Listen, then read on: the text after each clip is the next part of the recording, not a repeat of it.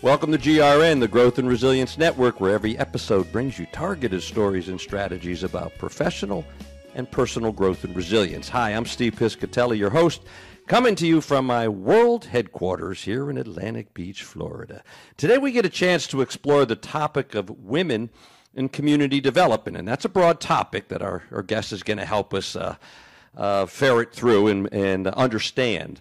You know, are there unique skills that women bring to the table? Now, one source argued that women tend to, in comparison and with their male counterparts, they value teams, they are generous, and they're persuasive. Another source had indicated that there was a survey of over 4,000 participants, and I'll quote here, and it said, "We find that compared to men, women have a higher number of life goals, place less importance on power-related goals, associate more negative outcomes, such as goal conflict and trade-offs, with high-power positions, and perceive power as less desirable though equally attainable." End of quote. Another source had indicated that women bring, quote, an average of nearly 10% additional distinct skills compared to male directors. And this study was looking at boards of directors, and our guest has been on a board, many boards. In the upper echelons of the business world, women make up 47% of the workforce, but they make up only 14% of the directors at S&P 1,500 companies. That was as of 2013. And in Congress, they have about 20% of the seats. So I want to look at also the glass ceiling regarding opportunities, power, decision-making, wages, respect. Is it getting better? Are there a million cracks in that ceiling now? Has there been progress, and what else needs to be accomplished? Is there a perception problem?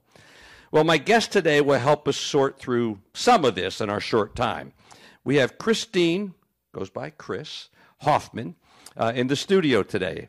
Chris is a businesswoman, a member of of various community advisory boards, and she is currently a sitting member of the Jacksonville Beach, Florida City Council. She's in her second term. I believe that goes to November of 2020. Yes, it does. You're not counting down, hopefully. I don't know how you do that.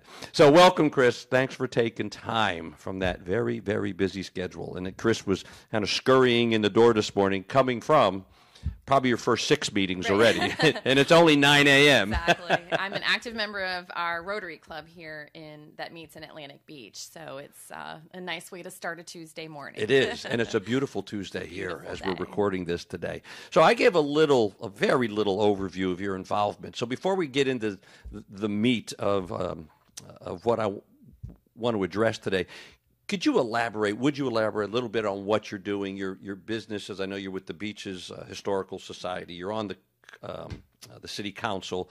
You're a minority owner in one business, and so much more. Give us an overview. Who's like Chris Hoffman? You may know better than I do. Well, I've got it here on the screen. You've been reading my LinkedIn profile. That's it. So my 9 to 5, really not 9 to 5, as any nonprofit director can attest. I run the Beaches Museum and History Park in Jacksonville Beach, Florida, and small nonprofit organization. So I get to wear many hats with that, from HR to PR to events and fundraising. It dovetails nicely with my job as a city council member in Jacksonville Beach. I ran first in 2012 and won re-election just this past November. Our city council is a city manager form of government. Mm-hmm. So I really kind of see it as a part-time job that becomes, what you make of it, depending on how involved you want to get in things. So those two work really nicely together. I also am, as I mentioned, a member of our Oceanside Rotary, and I serve as the community service chair there. I'm part owner of Orion Solutions, which is a company that my dad started when he retired from 28 years in the Navy. So he does some military consulting, and he started that and retired around the same time I moved back to the Jax Beach area, and so I helped him get that started. I named the company. You named it? Why Orion? He had a sailboat when we were in high school and college named the Orion. And he went through what everybody goes through when they're trying to name a consulting company, especially. Do I name it after myself? Do I name it some big buzzword? And I said, well, don't name it after yourself, because if you sell it, you have to go with it. So we just kind of it's funny when someone leaves the Navy after almost 30 years, there's a lot of terminology. It's vacation, not leave time. It's a bathroom, not a head. So I helped him make that transition to civilian life, and it worked out really well because I was getting back and acclimated back into the Jacksonville Beach and the Jacksonville scene as far as networking and being involved. So that was fun. So I do that, and I also serve on the Preferred. Preferred is an insurance company that does municipal insurance. So I serve on their board of trustees for their trust. For insuring cities and municipalities, towns? School boards, mosquito control, airport authorities, things like that. So it's through the full state of Florida. And they, serving on their board, you have to be an elected official from one of their insureds. So Jacksonville Beach carries at least one line of insurance through them. So they, again, like a lot of other boards, they looked at themselves and said, we are pretty much 60-plus-year-old white men. We need to diversify a little bit. So, they had to look at the list of all their insureds and all their insureds elected officials, and they really targeted their recruitment of me because they saw an opportunity to have a young female from a pretty dynamic city. And so I joined that about 2 years ago. So that's been very interesting, learning the world of insurance from that side of things. And bringing in a minority perspective. Exactly. And then I also serve on, one more thing.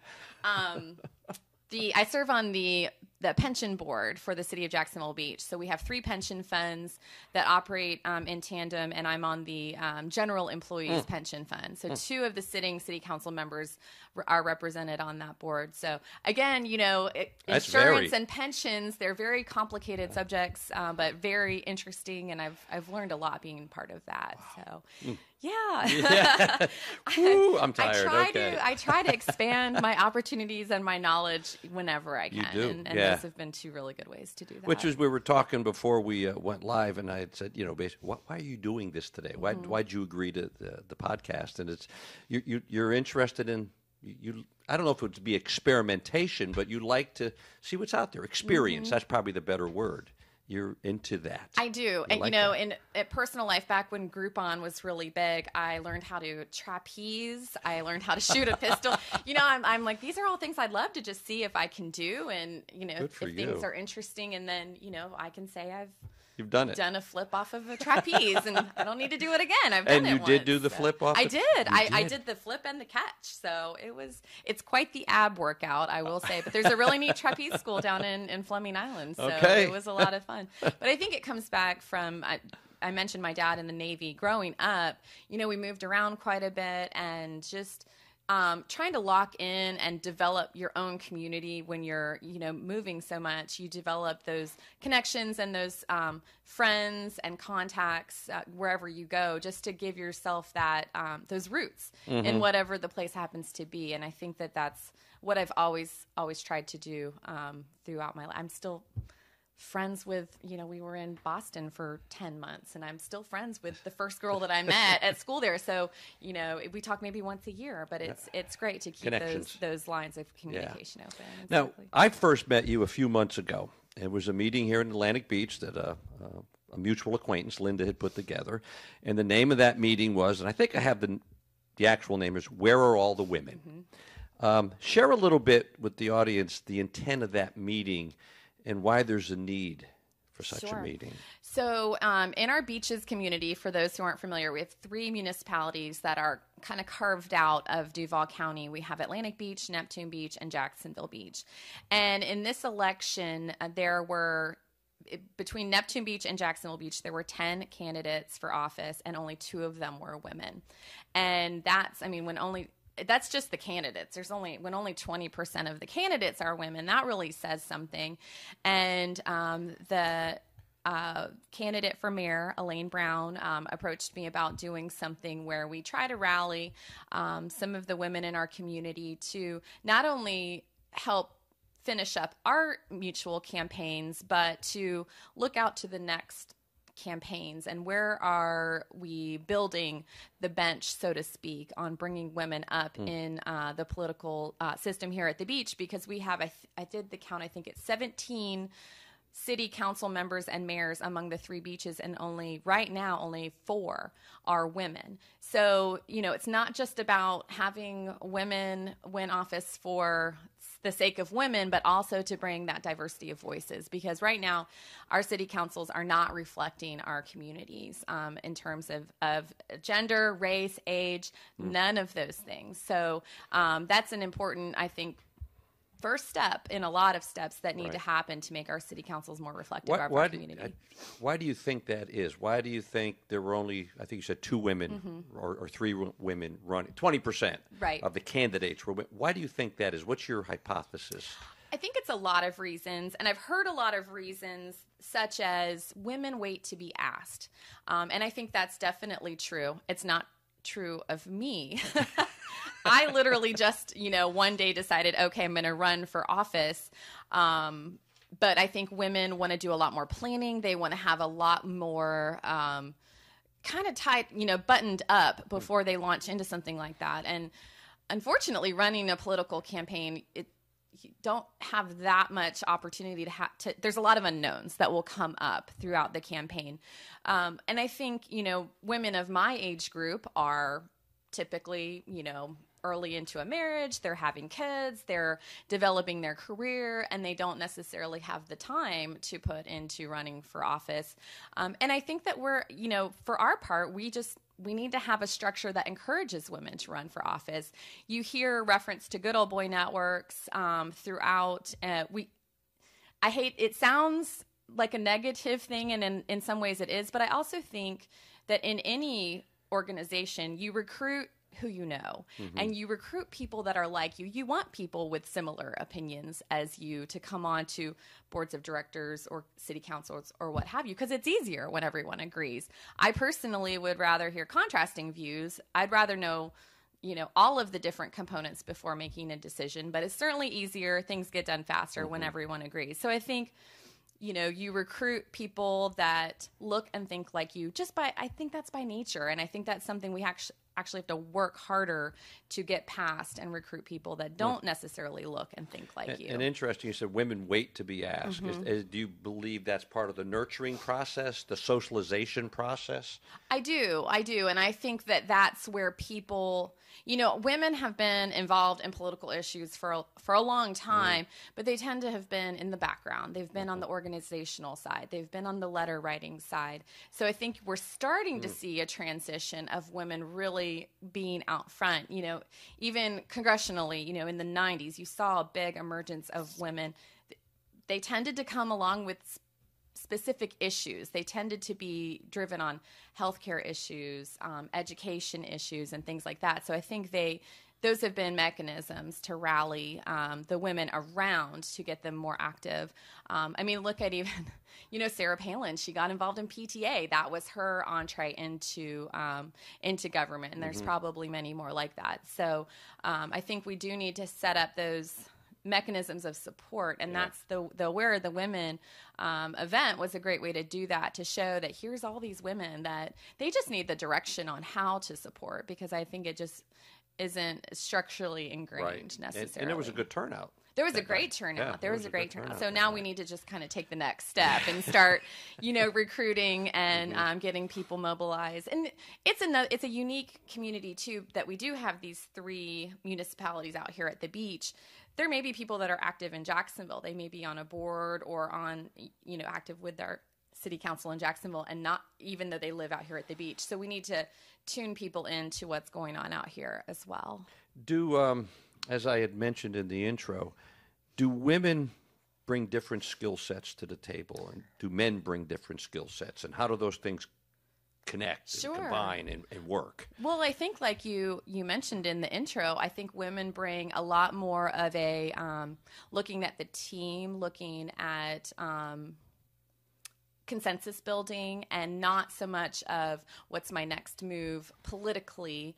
And not that either of those are bad things, but I think they can be balanced out with each other. So I think you see a lot more compromise, network building, and things like that among women. And I don't,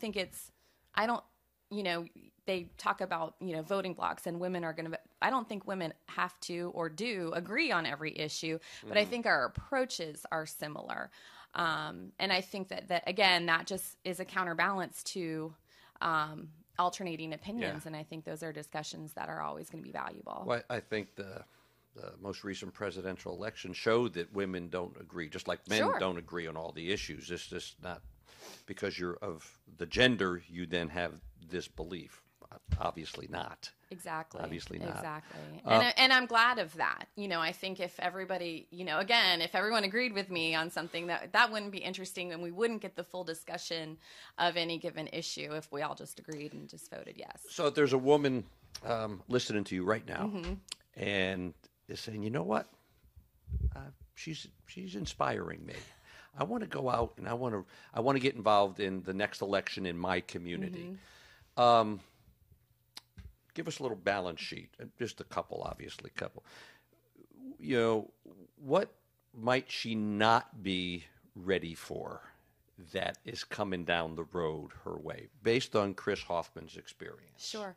I went into it a little unprepared as far as how it was going to go. Not just, I knew, I don't find the skeletons if you can. I don't have any. But it doesn't mean that people aren't going to make implications. So you don't, especially in a small election, there's no TV, there's no radio. You don't have a huge opportunity to counteract what someone says. Right. So I think what I did, and I think in my first election, it was the best thing I possibly did, was I just did not acknowledge really that I even had an opponent. And I just kept my head down, stuck to my message, and kept going. And you just have to let that bounce off of you, which is, I think, harder for women to, those, when things are said or implied. Thick skin, you're talking about? Having a thicker skin going through. You think Having that's tougher?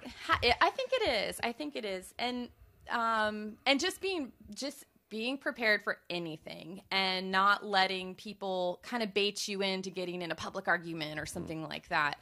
I heard things though, I have an MBA, and I heard things like, you shouldn't talk about that. You need to kind of, I heard the phrase, dumb it down. And another interesting thing I heard was that I ran as Chris Hoffman, and someone said multiple people actually, and people that know, said you should have put Christine on the ballot instead of Chris, because people will think you're a man and you're going to get more votes as a woman, which is that's great. At that point, you're happy to take any 2 to 3% votes. But I thought that was interesting, because there are so few women running, that it's actually in a local election an advantage. But I do think women tend to try to be more prepared to run for office by having community involvement and nonprofit, board of director experience. And they want to have all these ducks in a row before they run for office. And I don't think that men have the same mentality. I think that, and at the beaches, you can certainly see that, if you look at the mayor of Neptune Beach's resume and my resume and some of the other candidates, there's vast differences there. And I think you even saw that in this presidential election. You saw someone who had every check in the box that you would think of experience, versus someone with no political experience. And that was seen as an advantage, which is, it doesn't matter how, if you just break it down to that level, take out the personalities and who the people are, and you just look at the resume, it's pretty stunning. It's stunning. And I think you see that at a lot of different levels. Recently, I had heard a news story, and then I read some pieces about it too, about women doctors. The bottom line of the coverage was that women doctors had more empathy than male doctors. and I thought was interesting. So I'm going to riff off that, if I may. What do you think about women lawmakers and business leaders? Do you find they have more empathy than their male counterparts? And you have any evidence on if you, on this idea of empathy and whether the women have more or less or the same? I mean, if I had to guess, I would probably say that women do have more empathy in general.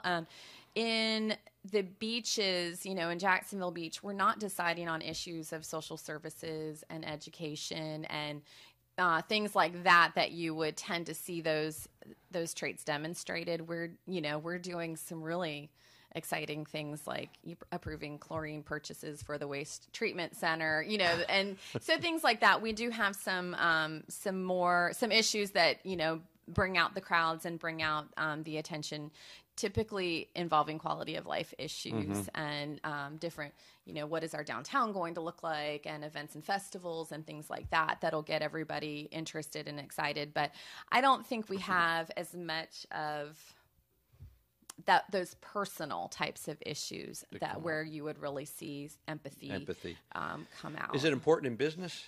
Absolutely. I mean, And I think it's nonprofits? important, of course. And, again, I don't, a social service nonprofit, in something like I was on the board of trustees with Beam, is completely different than the Beaches Museum and History Park, Right. because there you're dealing with families and people, and you're making decisions on how much money is going to go to direct services to keep families in their homes versus the museum. And I did that, it was somewhat intentional, working for the American Cancer Society for so many years. You're working with people that, need a wig or they need help transportation getting to and from their appointments. So the Beaches Museum is completely different from that, and we're trying to provide culture and arts opportunities and history, of course, preservation in our community. When just as a community member, I'll go to the Atlantic Beach City Commission meeting and just sit in the audience and listen. Occasionally I've spoken to the commission. In such a microcosm, such a microcosm of the larger national picture. But I'm always amazed that you've got these folks up on the dais up there, people like yourself, and they're there for various reasons. I always give them the benefit you're there to serve the community, because although you said it's a part-time position, from what I see as the outsider looking in, to do a really bang-up job, it's more than a part-time job, and it's definitely more than whatever money you get, because it's pretty minimal. Right. Might pay for postage and a cell phone bill. But I'm amazed at the vitriol at times that comes from the audience. And it's just like, rather than talk about the issue, let me go right to this person in front of me and let me just eviscerate her or him. How do you steel yourself for that? How do you and then say, I think I'll do this for another term? How do you deal with that? It really takes a special someone to, and in Jacksonville Beach, I think each of our three communities is so different with how they handle their council meetings and the public comment. We have one of the things that's really important to do in a small community campaign is to go door to door.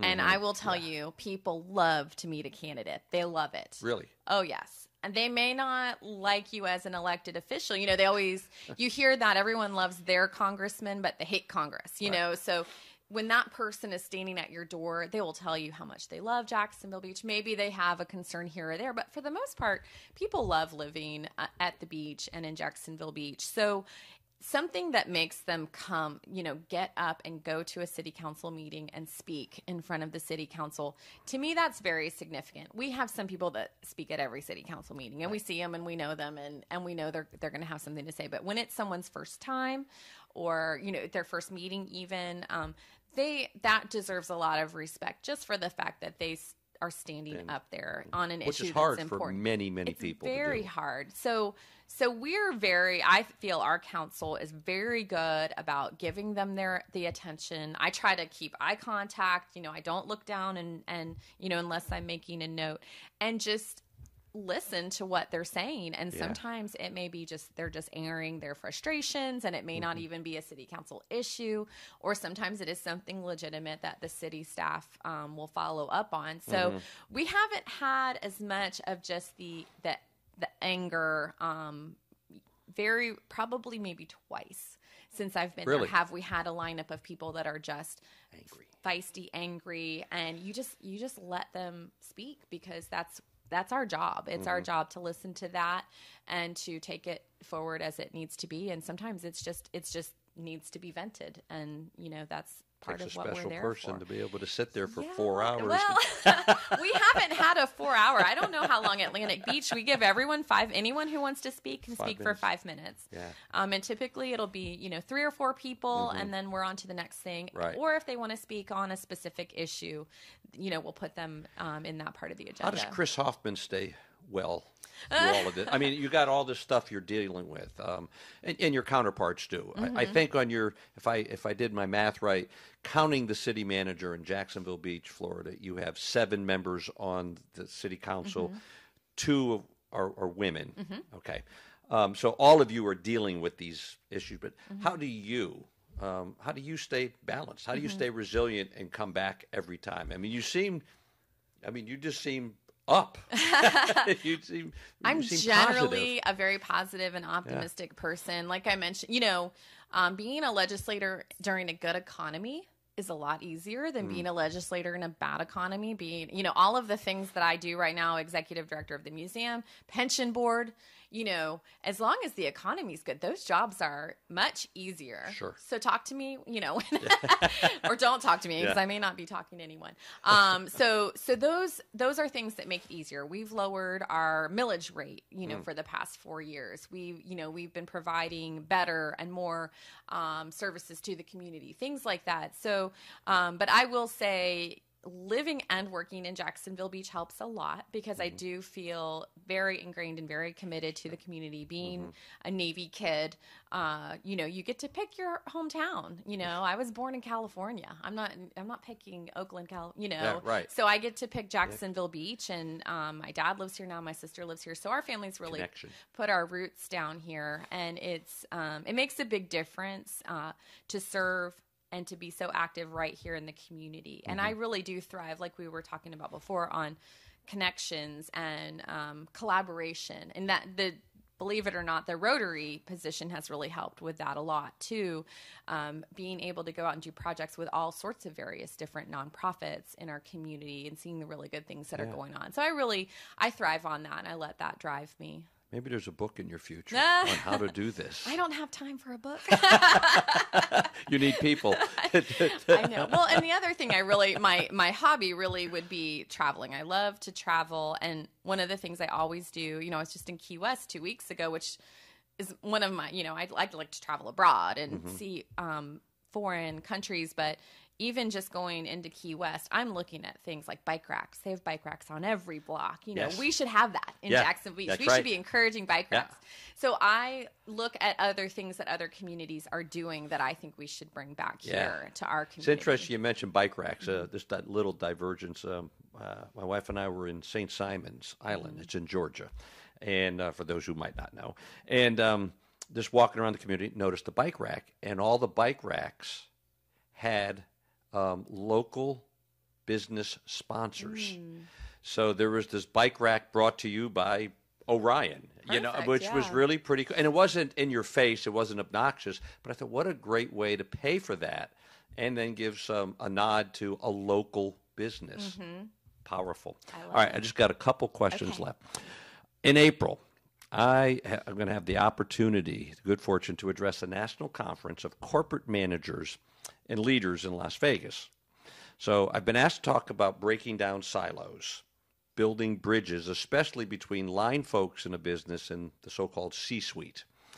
And they also want me to address resilience for these folks. So a suggestion. You're sitting in that audience. Okay, what would you want to hear as a member of the group, as a business person, as a woman? What do I need to touch on?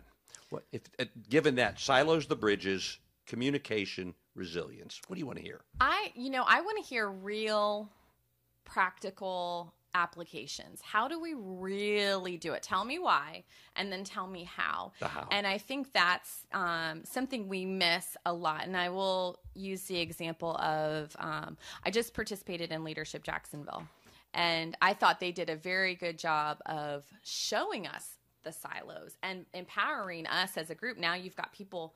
I think when you put that diverse group together, we all know each other now. So I have contacts at Jacksport and Teach for America and all of these different places throughout town. So I think when you build a diversified team to cross through some of those silos, you can do a lot, because now they have an obligation to the team in addition to their own place and their department.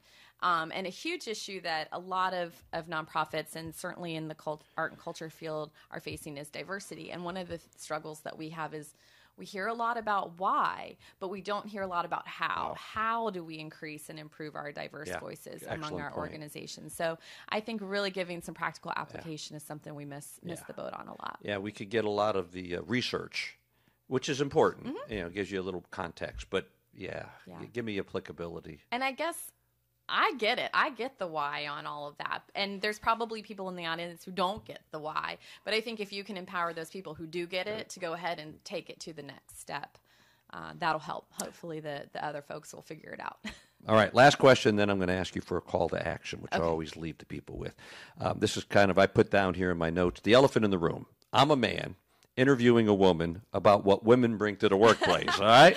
So what have I missed? What question should I have asked if a woman were here, or if you were in this seat? What have I missed? That's a great question. I feel like this has just been very conversational, and I feel like I've plugged in the things that I wanted to make sure to talk about. That, and that's actually my dad, I told you, who retired from the Navy. He was involved in an issue in town, and the media was coming to interview him. And I don't think he had ever really, maybe he had as a Navy captain, but I said, Dad, the important thing is, or I said, go over your key messages with me. And he starts talking, and like a minute later, and I said, Dad, have you ever seen anyone do a 1-minute interview on the news? You're going to get 5 seconds. Yeah. So figure out what the 5 seconds are and just say it over and over again. They never show you what the person is asking. So just answer whatever you want. It was just a total light bulb. And I said, and don't nod while they're asking you the question, because you don't know what they're playing. That's right. While they have. That's a good point. I go into anything already knowing what I want to say, regardless of the question. So I may be the wrong person to answer that one for you. All right, call to action. Talk about applicability. It's good to listen for 30 minutes, but when you've listened to a podcast such as this, then what can you take from it? What can you do? So as we bring it to a close today, Chris, is there a lesson, a charge you'd like to leave with the audience, given the broad topics we have covered today? Is there something you say, take this with you, do this, consider this? After coming through this presidential election, one of the things that I said over and over again is pay attention to your local government. That is where, despite the attention given at the presidential level, there's so much that the local government is doing that impacts your day-to-day life. We just changed trash companies. Now everyone has a new trash can. Everyone's not sure what trash, Not very sexy. Yeah. But don't pick up the trash and guess what happens. That's important. That's and, right. The lights turning on. We have an electric company. We have a police department. We have a fire department. There are things that, the parks, the opportunities to bring your kids out to play. Those are things that are being decided at a local level, and turnouts in local elections are very low, and even in the gubernatorial compared to the presidential election. And to me, it should be proportional. The level of government that affects your day-to-day life the most should be the one we're paying the most attention to. So I would say, at the very least, pay attention to your local government body. If you again, ideally, people just can elect someone and trust that they're going to make the best decisions on their behalf. But it's worth going to a meeting, seeing how things operate, and if you're so moved, to get involved, whether you're supporting someone who you want to see serve in that office, or whether it's you serving in that office yourself. One of the things we also, it's been a point of pride even in our council, well, I'm retired and I have plenty of time. Well, I don't necessarily value that. I want someone who is seeing a lot of things and they're doing a lot of things, and they can bring those ideas and those contacts and networks to the table to benefit the city. So I think, the more people that can get involved and help have a voice on that in that municipality, the better. And don't wait to be asked. And don't wait to be Man asked. or woman, Exactly. don't wait to be asked. Either, exactly. If you feel like you can bring that service to your community, do it. And in our community, probably in any given community, there's different boards, there's different citizen panels that you can get involved in and not necessarily serve in an elected role. So those are great places to start as well. Excellent. Thank you again, Chris. My pleasure. Yeah, my pleasure. All right, folks, thanks for joining us today. Without you, there is no Growth and Resilience Network. Thank you for sharing the podcast with your family, friends, colleagues, community leaders. And if you have a few minutes, please consider posting a review on iTunes.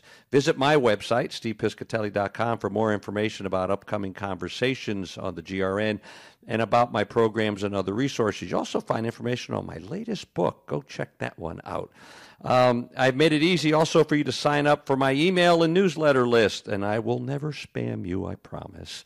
So until we meet again, either virtually or somewhere in person around this great nation, this is Steve Piscitelli from my world headquarters in Atlantic Beach, Florida, reminding all of us to choose well, live well, and be well. Bye-bye, folks.